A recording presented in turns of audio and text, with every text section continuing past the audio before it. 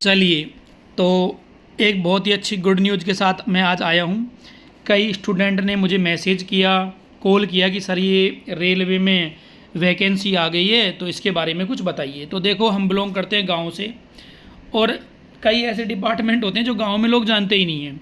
लेकिन रेलवे एक ऐसा डिपार्टमेंट है कि गांव-गांव में लोग रेलवे को जानते हैं। तो मैं सबसे पहले और बहुत अच्छी गुड न्यूज़ आपको बता रहा हूँ कि रेलवे में आपका जो है आरआरबी में जूनियर इंजीनियर की वैकेंसी आ चुकी है भाई। एकदम साफ साफ, बहुत ही बढ़िया पॉजिटिव दिमाग में विचार बना लीजिए। रेलवे जेई की वैकेंसी आज आ चुकी है, और मैं आपको फाइनल फॉर्मूला आज बताने वाला हूँ कि कैसे आपका जो रेलवे जेई है इसमें फाइनल सिलेक्शन होगा। मेरा खुद का भी अजमेर से जूनियर इंजीनियर में फाइनल सिलेक्शन हुआ था। तो मैं आज आपको फॉर्मूला बताने वाला हूँ कि जेई में फाइनल सिलेक्शन कैसे हो। बहुत बढ़िया अच्छे विचारों के साथ अपन इस वीडियो को देखते हैं। गुड न्यूज़ है, जेई की वैकेंसी आ चुकी है। अब बात है कि भाई मैं जेई कैसे बनूँ। तो देखो, मैं जेई बनने के लिए सबसे पहली आपको जो बात बता रहा हूँ वो देखो क्या है। सबसे पहली बात ये भैया, फॉर्म भर दीजिए। आप जेई तभी बन सकते हो जब आप फॉर्म भरोगे। कई ऐसे महापुरुष होते हैं, कल भरूंगा, फिर परसों भरूंगा, फिर अगले दिन भरूंगा, इसी में उनका टाइम चला जाता है। आवेदन जमा करने की अंतिम तिथि है 29/8, यानी कि ये महीना जो है अगस्त चल रहा है। आज 1 अगस्त है, तो 29 अगस्त अभी आपके पास में लगभग 28 दिन का समय है। जल्दी से जल्दी फॉर्म भर दीजिए। साफ लिखा हुआ है कि 29 तारीख फॉर्म भरने की लास्ट डेट है, तो टाइमली आप फॉर्म भर दीजिए। एकदम ठीक है, आपने भाई फॉर्म भर दिया है। फॉर्म कहाँ से भरना है, किसको पोस्ट को मुझे प्रेफरेंस, मतलब मेरी पोस्ट प्रेफरेंस क्या होगी, मैं इन दोनों बारों में आपको कुछ नहीं बताऊंगा। आप खुद के विवेक से लोगों से डिस्कस करके तमाम वीडियो पढ़े हुए हैं कि कहाँ से फॉर्म भरना चाहिए। एक नंबर बात। दूसरी बात यह कि भाई फॉर्म कहाँ से कौन सी पोस्ट को मुझे प्रेफरेंस देनी चाहिए। एक तो देखो, वर्कशॉप है वो ठीक है। एक जो ड्राइंग है, ड्राइंग डिज़ाइन और एस्टीमेट वाला है, वो डिपार्टमेंट भी ठीक है। बाकी सभी ठीक हैं। आप अपने फ्रेंड से डिस्कस करके और पोस्ट प्रेफरेंस फिल कर सकते हैं। मैं तो आपको ये बताऊंगा कि आपका पेपर कैसे क्लियर हो। आज मेरा मतलब जो इंटेंशन है, टारगेट है, वो ये है। तो चलिए, मैंने अपना फॉर्म फिल कर दिया है। फॉर्म फिल करने के बाद में मेरी नौकरी कैसे लगेगी, अब आगे देखो कितनी वैकेंसीज है भाई। एकदम देखो कितनी वैकेंसीज हैं। तो देखो, यहाँ लिखा हुआ है कि 7,934 वैकेंसी है। मतलब जूनियर इंजीनियर की सभी डिपार्टमेंट को मिला करके लगभग 7,934 वैकेंसी है। मतलब मोटा मोटी मान लो कि 8,000 के आसपास वैकेंसी है। चलिए, बढ़िया है। मैंने फॉर्म भर दिया है जूनियर इंजीनियर का रेलवे में, जिसको गांव गांव में सब जानते हैं, अपने गांव में जाती है रेलवे। 8,000 वैकेंसी है। चलिए, बढ़िया है। अब जूनियर इंजीनियर बनने के लिए मुझे कितने पेपर देने पड़ेंगे, 1 देने पड़ेंगे, 2 देने पड़ेंगे, कितने पेपर देने पड़ेंगे। इंटरव्यू है या नहीं है, इंटरव्यू नहीं है, तो कितने पेपर मुझे देने पड़ेंगे। तो पहले मैं आपको बताता हूँ कितने पेपर देने पड़ेंगे। देखिए, आपके सामने यहाँ आ गया है पेपर पैटर्न। यहाँ आ गया है आपके सामने पेपर पैटर्न आ गया है। आप अपन को अगर जूनियर इंजीनियर बनना है तो अपन को 2 पेपर देने पड़ेंगे, पेपर 1 और पेपर 2। यानी कि अगर जूनियर इंजीनियर रेलवे में बनना है तो 2 पेपर देने हैं। आपको एकदम दिमाग में इस तरह के विचार नहीं रखने हैं, अरे रेलवे में तो बहुत लोड है, रेलवे में तो बहुत सारी समस्याएं हैं। भैया, मतलब चुनने का विकल्प उनको होता है, उनके पास होता है जिनके पास कई विकल्प होते हैं। रेलवे जी बहुत गुड अच्छी वैकेंसी है। 2 पेपर हैं, पेपर 1 पेपर 2। पेपर 1 में आपको कितना समय मिलेगा, 90 मिनट मिलेगी। पेपर दूसरे में कितना समय मिलेगा, 120 मिनट मिलेगी। पहले पेपर में कितने प्रश्न आएंगे, 100 क्वेश्चन आएंगे। तो आज मेरा जो टारगेट है वो ये बताना है आपको कि आपको अगर जेई बनना है तो 2 पेपर क्लियर करने हैं। मैं केवल आज बात करूंगा कि पहला पेपर कैसे क्लियर हो। भाई, जब पहला पेपर क्लियर होगा उसके बाद ही तो आप दूसरे पेपर के लिए जाओगे। तो आज मेरा जो टारगेट है वो पेपर 1 है। अगर मुझे जेई बनना है तो 2 पेपर देने पड़ेंगे। पहला पेपर पास करने के बाद ही दूसरे में जाऊंगा। तो मैं पहले पेपर की बात करता हूँ। पहला पेपर का मतलब है 90 मिनट। 90 मिनट का मतलब है मोटा मोटी 2 घंटे भी नहीं, 1.5 घंटे का समय मिलेगा। प्रश्न कितने आएंगे, 100 क्वेश्चन आएंगे। अब बात यह है कि अगर मुझे जेई बनना है तो मेरे को ये 100 क्वेश्चनों से लड़ना पड़ेगा। मतलब जेई बनना है, 2 पेपर हैं, पहला पेपर है, 100 क्वेश्चन है, 90 मिनट है। अगर मुझे जेई बनना है तो ये 90 क्वेश्चन मेरी किस्मत डिसाइड करेंगे। ठीक है जी, चलते हैं 90 क्वेश्चन के बाद, ये जो 100 क्वेश्चन इनके बारे में हम चलते हैं। तो देखो अब भाई ये जो 100 प्रश्न है ये मेरी किस्मत डिसाइड करने वाले हैं, तो मेरे को यही देख लेना चाहिए कि भाई ये 100 प्रश्न कहाँ से आएंगे। भाई जेई बनूंगा तो मुझे 100 क्वेश्चनों से लड़ना पड़ेगा, सीधी सीधी बात है। अब 100 क्वेश्चन कहाँ से आएंगे, कैसे मैं पढ़ूँ, चलो देखते हैं। तो मैं आपको इनके बारे में बताता हूँ। अच्छा, मैं एक बात और आपको यहाँ बताना चाह रहा था कि पहला पेपर मुझे पास करना है, तो पहले पेपर में कितने लड़कों को ये पास करेंगे? क्या ये लगभग जो 7,934 जो लड़के हैं उनको पास करेंगे या उससे ज़्यादा को पास करेंगे? मतलब देखो मैं ये कहना चाह रहा हूँ कि वैकेंसी हैं अपनी 7,934 वैकेंसी हैं। ठीक है, मैं इसको लगभग मान लेता हूँ 8,000। तो जो पहला पेपर है उसमें ये 8,000 लड़कों को पास करेंगे, इससे ज़्यादा पास करेंगे? तो देखो 8,000 को पास नहीं करेंगे, ये 8,000 का 15 गुना, 15 × 120, लगभग 1,20,000 स्टूडेंट को ये पास करेंगे। मतलब आप ये समझो कि मेंस कितने लोग देंगे, यानी सेकंड पेपर कितने लोग देंगे, 1,20,000। मतलब पहले आपको 8,000 में नहीं आना, पहले आपको 1,20,000 में आना है एकदम। तो आप ये मान के चलिएगा अगर आपको सेकंड पेपर देना है तो आप 8,000 में नहीं आना, आपको आना है 1,20,000 में। तो अब मैं आपको बताऊंगा कि भाई हमें जो जीत है हार है, हमको इन 100 क्वेश्चनों से लड़ना है। तो मैं इन 100 क्वेश्चनों की तरफ आपको ले चलता हूं। देखो ये नोटिफिकेशन है, उसमें साफ लिखा हुआ है, 13 नंबर पॉइंट है कि भाई 15 गुना को पास करेंगे। लिखा है दूसरे चरण की सीबीटी के लिए 15 गुना को पास किया जाएगा। मतलब 8,000 का 15 × 120 यानी 1,20,000 स्टूडेंटों को पास करेंगे। तो मैं भाई सीधी बात है 1,20,000 में मुझे आना है, प्री पास करना है, पहला पेपर पास करना है। तो पहला पेपर मैं कैसे पास करूँ, 100 क्वेश्चन आएंगे जी, बहुत बढ़िया। आगे चलते हैं। तो देखो अब अपन चलते हैं आगे, ये 100 क्वेश्चनों की ओर चलते हैं। तो देखो ये साफ साफ लिखा हुआ है एकदम आपके सामने, एकदम ये देखिए बढ़िया, ये लिखा हुआ है, ये देखो ये एकदम बढ़िया आपके सामने आ रहा होगा डिस्प्ले पे साफ सुथरा कि भैया 100 प्रश्न आएंगे कहाँ से। तो 100 प्रश्न में से 30 नंबर की तो मैथ आएगी, यानी कि 100 प्रश्न अगर मुझे हल करने हैं तो साफ साफ लिख रहा है कि 100 में से 30 नंबर की मैथ आएगी, बढ़िया बात है। 25 नंबर की रीजनिंग आएगी, 15 नंबर की करंट जीके आएगी और 30 नंबर की आएगी साइंस, एकदम ठीक बात है। अब मतलब 100 प्रश्न है, कौन सा सब्जेक्ट का कितना प्रश्न है वे यहाँ लिख रहे हैं। गणित के 30 प्रश्न हैं, रीजनिंग के 25 प्रश्न हैं, 30 प्रश्न साइंस के हैं और 15 प्रश्न है सामान्य चेतना मतलब अवेयरनेस जीके के। अब एक एक की अपन बात करते हैं 1 बाई 1। सबसे पहले बात करेंगे हम मैथ की। तो देखो एकदम साफ साफ ये देखो, अच्छा इंग्लिश में भी लिखा हुआ है, इंग्लिश में भी दिखा देंगे। देखो एकदम ये क्या लिखा हुआ है भाई, मैथ में जो 30 नंबर आए वो कहाँ से आएंगे, संख्या प्रणाली, बोडामास, दशमलव, भिन्न, लघुत्तम समापवर्त, महत्तम समापवर्त, अनुपात, समानुपात, प्रतिशत, समय, काम, समय दूरी, सरल चक्रवर्ती ब्याज, लाभ हानि, बीजगणित, ज्योमिति, त्रिकोणमिति, प्राथमिकी, सांख्यिकी, वर्गमूल, आयु गणना, कैलेंडर, घड़ी, पाइप और टंकी। मतलब सीधी सीधी बात यह है कि मैथ में सब सिलेबस लिख दिया इसमें, उन्होंने मोटा मोटा ही लिखा है। अब देखो मतलब अगर मैं आपको बताऊं, देखो यहाँ लिखा हुआ है कि भाई अंग्रेजी में देख लो भाई, सीधी बात यह है लिखा हुआ है 30 नंबर की मैथ आएगी, 25 की रीजनिंग आएगी। इसके अलावा आपका लिखा हुआ है कि देखो ये मैथ लिख दी 30 की, 25 की रीजनिंग हो गई, 15 की जनरल अवेयरनेस और 30 नंबर की साइंस हो गई। अब और अगर इंग्लिश में सिलेबस देखें तो देखो ये हो गया आपका सिलेबस। जल्दबाजी मत करो, हड़बड़ी में किसी का सिलेक्शन नहीं होता, आराम से देख लीजिए चीज़ों को। देखिए नंबर सिस्टम है, बोडामास है, डेसिमल है, फ्रैक्शन है, एलसीएम है, एचसीएफ है, ratio, proportion, percentage, mensuration, time, work, time, distance, simple and compound interest, profit loss, algebra, geometry, त्रिकोणमिति, एलिमेंट्री, स्टैटिक, स्क्वायर रूट, मतलब age calculation, calendar, clock, pipe and cisterns, ये सब है। ये हो गया मैथ।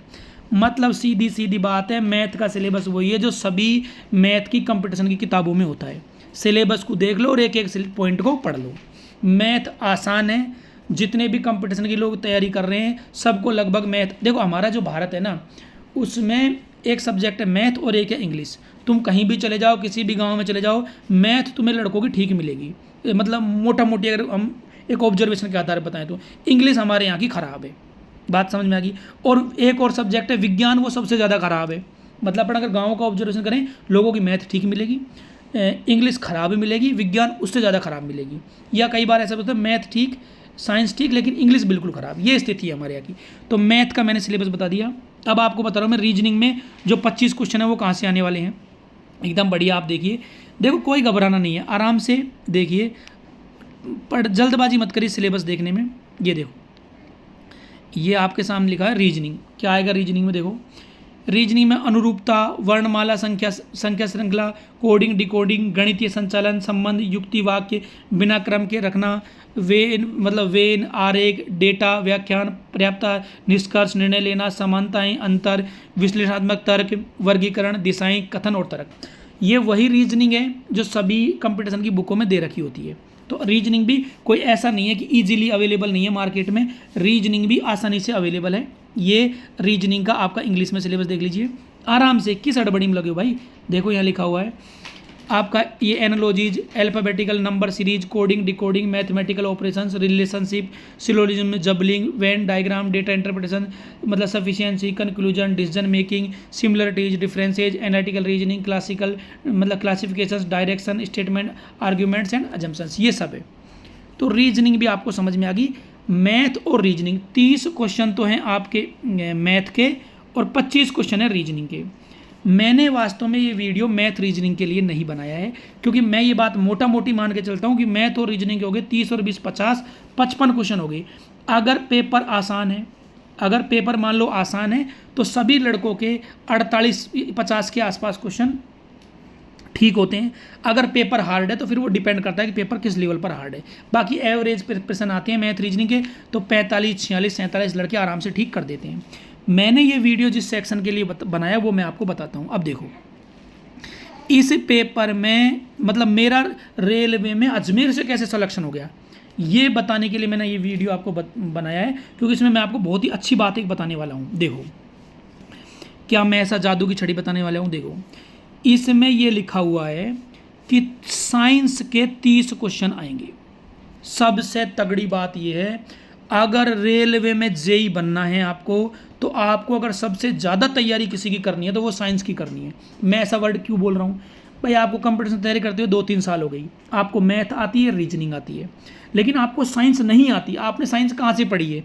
या तो कोई लूसेंट से पढ़ी है या कोई कोचिंग के नोट्स पढ़े हैं। आपको साइंस नहीं आती है अगर आप डिप्लोमा इंजीनियरिंग के स्टूडेंट हैं तो।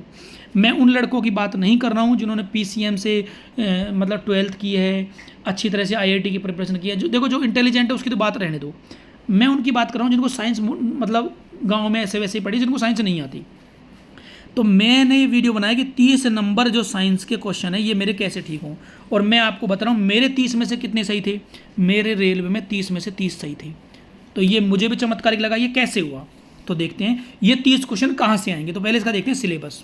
तो देखो ये साफ साफ इस पेज पे लिखा हुआ है। देखो लिखा हुआ है, क्या लिखा हुआ है?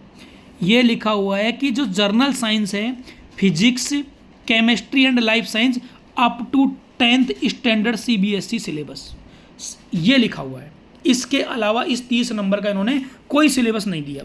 ठीक है, तो भाई जब मैं रेलवे की तैयारी करने बैठा तो मैंने कहा यार साइंस मुझे नहीं आती, बहुत अच्छा बैकग्राउंड भी मेरा नहीं था कि साइंस मैंने बहुत अच्छी पढ़ी हो, लेकिन इसमें लिखा हुआ था 10th स्टैंडर्ड सीबीएसई सिलेबस। तो मैंने क्या किया, 9वीं की साइंस की किताब उठाई और 10वीं की साइंस की किताब उठाई। दोनों किताबों को उठा करके 9वीं 10वीं किताब को मैंने कम से कम 10 बार पढ़ दिया। एकदम एक एक पेज को घोट लिया, मैंने पढ़ दिया। 2-4 मेरे स्टूडेंटों को भी मैंने पढ़ा दिया। उससे क्या हुआ, वो जो सारी 9वीं 10वीं की साइंस थी वो सब मुझे याद हो गई, और सारे क्वेश्चन उसी किताब में से आए थे 9th 10th में से। बस मेरे सारे क्वेश्चन ठीक हो गए। अब आपके दिमाग में आएगा भाई ऐसी कौन सी किताब है, तो मैं आपको वो किताब भी बता देता हूँ। देखो ये देखिए, ये किताब के पेज है। देखो ये भैया, देखो 1 मिनट, ये है आपकी इधर, ये आपकी 9वीं क्लास की बुक है। ये 9वीं क्लास की बुक है। ये जो आपको दिख रही है 9th की साइंस है। इस तरह का इसका पेज है लगभग। मैं इसका सिलेबस जो है अपने यूट्यूब चैनल पर डाल दूंगा, और ये 10वीं क्लास की किताब है, ये 10वीं की साइंस की किताब है, ये 10वीं की है, हिंदी में भी आएगी, इंग्लिश में भी आएगी, आप जिसमें मीडियम की पढ़ लीजिए। ये 10वीं क्लास है और ये 9th क्लास है। मैंने भाई इनको हिंदी में ही पढ़ी थी, बात समझ में आ गई। तो सबसे बड़ी बात जो मैं कह रहा हूँ 15 मिनट में, वो कह रहा हूँ मुझे रेलवे में जेई बनना है तो मुझे प्री पास करना है, प्री पास करना है तो मुझे 100 क्वेश्चनों से लड़ाई करनी होगी, और 100 क्वेश्चन में सबसे बड़ी जो मेरे को लड़ाई करनी होगी वो साइंस से करनी होगी। मैथ मुझे आती है, रीजनिंग मुझे आती है, तो 30 20 50 55 में मैं ठीक स्कोर कर दूंगा। मेरी सबसे बड़ी समस्या क्या है? साइंस है। तो भाई साइंस कहाँ से पढ़ूँ? कहीं से भी पढ़ो, तुम्हारी मर्जी है वहाँ से पढ़ो, लेकिन मैं अपना एक रिकमेंडेशन दे रहा हूँ कि आप 9वीं और 10वीं जो क्लास है उन दोनों की साइंस की जो बुक है एनसीईआरटी वाली वो जरूर पढ़ ली। थ्योरेटिकल बुक है, एक बार रीडिंग मार लो। आपको मान लो अभी एग्जाम 2 महीने बाद होंगे, 3 महीने बाद होंगे, मुझे नहीं पता आपका एग्जाम कब हो रहा है, उतने समय तक आपको मैथ रीजनिंग पढ़ने की जरूरत ही नहीं है। आप केवल क्या पढ़ो? साइंस। क्योंकि मैथ का लेवल तो आप कितना भी पढ़ लो भाई, 55 में से आप एक आध क्वेश्चन इधर उधर कर सकते हो, क्योंकि जो प्रश्नावली आपको पहले से आती है वो आती है। तो मेरा मतलब है ज़्यादा टाइम है ना आपका, ये जो एग्ज़ाम तक का है, ज़्यादा टाइम आप दो साइंस को। ठीक है, अब अपन चलते हैं आगे। अब और कौन से नंबर रह गए? अब रह गए भाई 15 नंबर। ये 15 नंबर आपके क्या है? ये देखो 15 नंबर है, 15 क्वेश्चन है किसके? सामान्य चेतना, ये करंट अफेयर समझो। तो इसको देखते हैं, इसका क्या भाई वो है सिलेबस। तो देखो इसका सिलेबस हम देख लेते हैं। ये इसका सिलेबस, एक मिनट जस्ट, इसका सिलेबस देखिए, ये लिखा हुआ है, पूरी दुनिया लिख दी होगी। देखो समसामयिक घटनाएं मतलब करंट अफेयर, भारतीय भूगोल, स्वतंत्रता संग्राम, भारतीय संस्कृति, इतिहास, भारतीय राजनीति, संविधान, भारतीय अर्थव्यवस्था, भारत और विश्व से संबंधित पर्यावरणीय मुद्दे, खेलकूद, सामान्य वैज्ञानिक एवं तकनीकी विकास आदि, मतलब पूरी करंट अफेयर इसमें लिख दी। करंट अफेयर ये कहें कि हिस्ट्री, ज्योग्राफी, पॉलिटिक्स सबको मिला के लिख दिया है। ये 15 नंबर हैं, आप अपने हिसाब से डील कर लेना। इसका सबसे सही तरीका क्या है? करंट अफेयर के मंथली वाइज वीडियो देख लो आप। डन है। अब हम इस दुनिया में चलते हैं आगे। अच्छा, एक बात और है जो मैं आपको दिखाना चाह रहा हूँ। देखो ये है, इसमें लिख रखा है कि आपको प्री से मतलब पहले पेपर से दूसरे पेपर में जाना है, तो अनरिजर्व्ड को 40% नंबर लाने हैं, ईडब्ल्यूएस को भी 40 लाने हैं, ओबीसी को 30, अनुसूचित जाति को 30, मतलब जनजाति को 25, आर मतलब ये इतने परसेंट नंबर आपको लाने पड़ेंगे प्री में। मतलब अगर जर्नल और ईडब्ल्यूएस 40 और ओबीसी आपका 30 है, और ये यानी कि शेड्यूल कास्ट जाति के लिए तो 30 है, और जनजाति एसटी के लिए 25 है परसेंट नंबर आपको प्री में लाने पड़ेंगे। तो यही मेरा आज का मतलब टारगेट था आपको बताना। बस इसको एक बार कंक्लूड कर लेते हैं, कुछ रह तो नहीं गया। हाँ, ये प्री का मैंने आपको बता दिया है कि 90 मिनट में 100 प्रश्न करने हैं, 30 मैथ के हैं, 25 रीजनिंग के हैं, 15 मतलब जनरल अवेयरनेस के हैं, और 30 क्वेश्चन आपके जनरल साइंस के हैं। ठीक है, प्री में आपका सिलेक्शन हो जाएगा, तब अपन मेंस का वीडियो बनाएंगे। भाई सीधी सीधी बात है, आपान को बनना है रेलवे में जेई, आरआरबी में जेई बनना है। क्या करना है जेई बनने के लिए? सबसे पहले प्री पास करना है। कितने क्वेश्चनों से लड़ना है? 100 क्वेश्चनों से। मैथ का 30, रीजनिंग के 25 और करंट अफेयर के 15, मतलब जो मतलब जी के संबंधित है। और सबसे खतरनाक जो बात है वो है इसमें साइंस की। साइंस के लिए मैंने बताई है 9th 10th की एनसीईआरटी पढ़ लीजिए, बाकी का कुछ भी पढ़ लेना एकदम ठीक है। प्री में कितना गुना बच्चे पास करेंगे? 15 गुना। 15 गुना का मतलब है लगभग 1,20,000 स्टूडेंट सेकंड पेपर देंगे। Thank you so much. हाँ, और मैं भी कोशिश करूँगा कि भाई, कोशिश तो मैं खैर बहुत और सारी चीज़ों को करता हूँ, पर 9th और 10th जो क्लास है उसकी जो साइंस है वो मैं पढ़ाऊँ, क्योंकि मैंने 10 बार पढ़ी है, बहुत अच्छे से पढ़ी है। मैं कोशिश करता हूँ कि उसके वीडियो यूट्यूब पर अपलोड करूँ। मैं भी पॉसिबल कर पाता हूँ नहीं, वो अलग विषय। ठीक है भाई, ढंग से पढ़ोगे सिलेक्शन हो जाएगा। कोई नेगेटिव बात मत सोचो, कोई नेगेटिव चर्चा मत करो।